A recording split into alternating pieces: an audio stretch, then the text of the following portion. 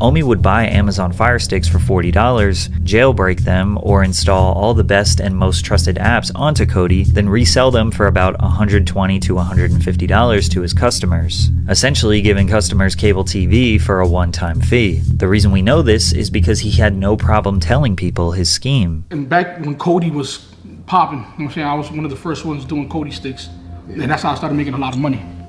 Buying these boxes from Amazon already preloaded, and just reselling them for more money. I'll buy them for $50, sell them for $120, $150. Now I was selling thousands of Fire Sticks. I'm talking about a lot of Fire Sticks. In 2016, Omi said that he made $1 million flipping Fire Sticks. That gave him enough money to fund his next piracy venture, which would make him tens of millions of dollars. By this point, Omar was kind of a regular in the online piracy community, which is surprisingly large. I was a negative person in Kodi because I was like a wrestler.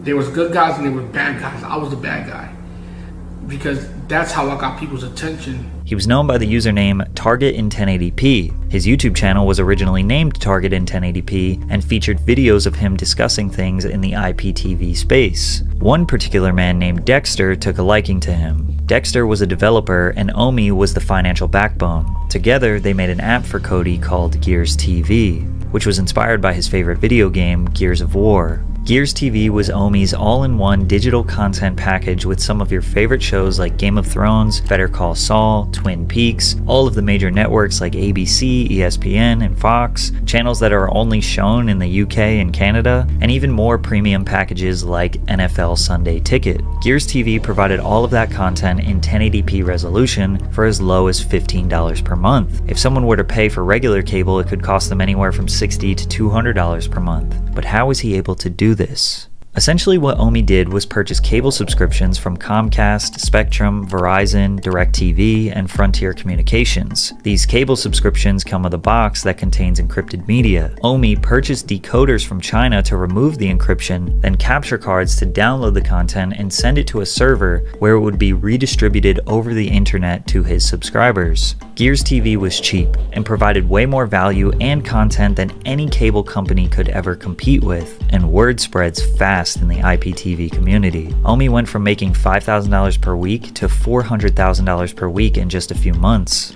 The indictment claims that in total, the defendants received more than $30 million in subscriber fees. Omi said he was still living in the hood of Philly at this point, and nobody knew the kind of money he was raking in. His first purchase was a 2016 Camaro SS 50th Edition, his dream car. Keep in mind, Gears TV was no small operation. They had large servers, customer service representatives, and the government did have their eye on these schemes. As it got more popular, the monthly price increased, which pissed off customers as their $15 per month turned into $20, then $30, then $40, getting closer and closer to regular cable prices. Omi sold his app to a private investment company in 2018 for a whopping $40 million.